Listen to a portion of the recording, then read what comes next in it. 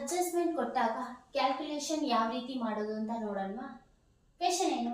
Rent paid in advance for 2 years ₹24,000 ಅಲ್ವಾ.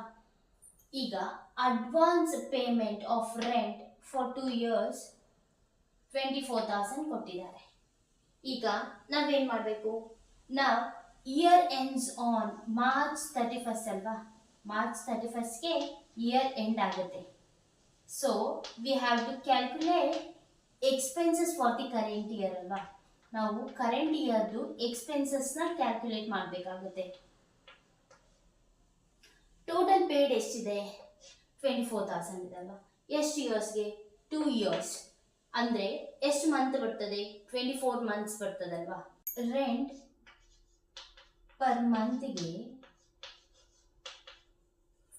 24,000 divided by 24 ಅಲ್ವಾ.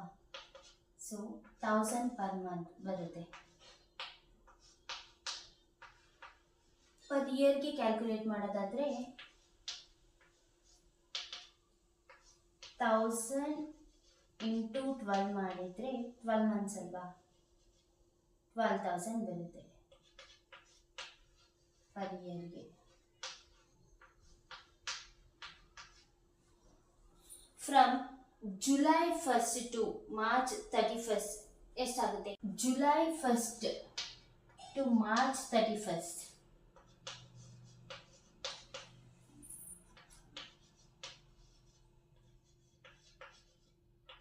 ಎಷ್ಟು ಮಂತ್ಸ್ ಬರುತ್ತೆ? 9 months ಬರುತ್ತಲ್ವಾ. ಸೊ ನಾವು ಎಕ್ಸ್ಪೆನ್ಸಸ್ ಫಾರ್ ದಿ ಕರೆಂಟ್ ಇಯರ್ನ ಕ್ಯಾಲ್ಕುಲೇಟ್ ಮಾಡಬೇಕಾಗುತ್ತೆ. ಅದು ಏನು? 1000 into 9 ಮಾಡಿದ್ರೆ 9,000 ಆಗುತ್ತಲ್ವಾ.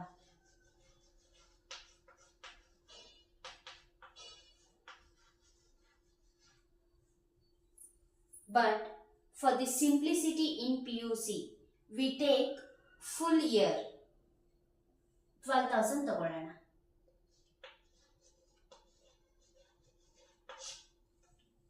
Adjustment entry on March 31st on the last date of accounting year. On March 31st, journal entry. Rent account debit 12,000 to prepaid rent account credit 12,000 alva. So narration ಏನು? Being 1 year rent transferred to profit or loss account.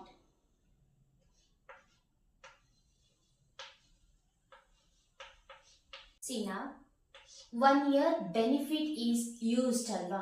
So we reduce asset and show expenses. ನಾವು 1 year benefit ನ use ಮಾಡ್ಕೊಂಡಿದ್ದೀವಿ. ಹಾಗಾದ್ರೆ ನಾವು asset ನ reduce ಮಾಡಿ expenses ನ show ಮಾಡಬೇಕು. How do we treat this in final accounts?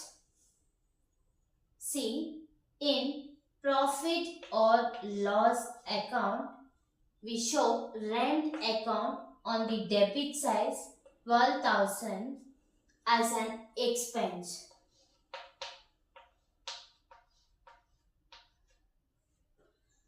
Rent account 12,000 ನ profit or loss account ಅಲ್ಲಿ ಡೆಬಿಟ್ ಸೈಡ್ ಎಕ್ಸ್ಪೆನ್ಸಸ್ ಆಗಿ ತೋರಿಸ್ತೀವಿ ಅಲ್ವಾ.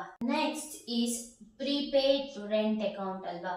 ಈ ಪ್ರೀಪೇಯ್ಡ್ ರೆಂಟ್ ಅಕೌಂಟ್ ನ ಬ್ಯಾಲೆನ್ಸ್ ಶೀಟ್ ಅಲ್ಲಿ asset side under current asset ಅಲ್ಲಿ ತೋರಿಸ್ತೀವಿ.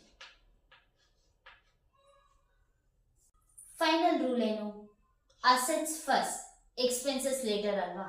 ಸೊ ನಾವು ಅಡ್ವಾನ್ಸ್ ಮೊದಲೇ ಪೇ ಮಾಡಿದ್ರೆ ಅದು ಅಸೆಟ್, ಆಮೇಲೆ ಎಕ್ಸ್ಪೆನ್ಸಸ್ ಅಲ್ವಾ.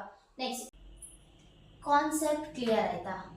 ಕ್ಲಿಯರ್ ಆದರೆ 12,000 ಅಂತ ಕಮೆಂಟ್ ಮಾಡಿ. ಡೌಟ್ ಇದ್ದರೆ ಡೌಟ್ ಅಂತ ಕಮೆಂಟ್ ಮಾಡಿ. ವಿಡಿಯೋ ಯೂಸ್ಫುಲ್ ಅನಿಸಿದ್ರೆ ಸೇವ್ ಮಾಡ್ಕೊಳ್ಳಿ, ಲೈಕ್ ಮಾಡಿ, ಶೇರ್ ಮಾಡಿ.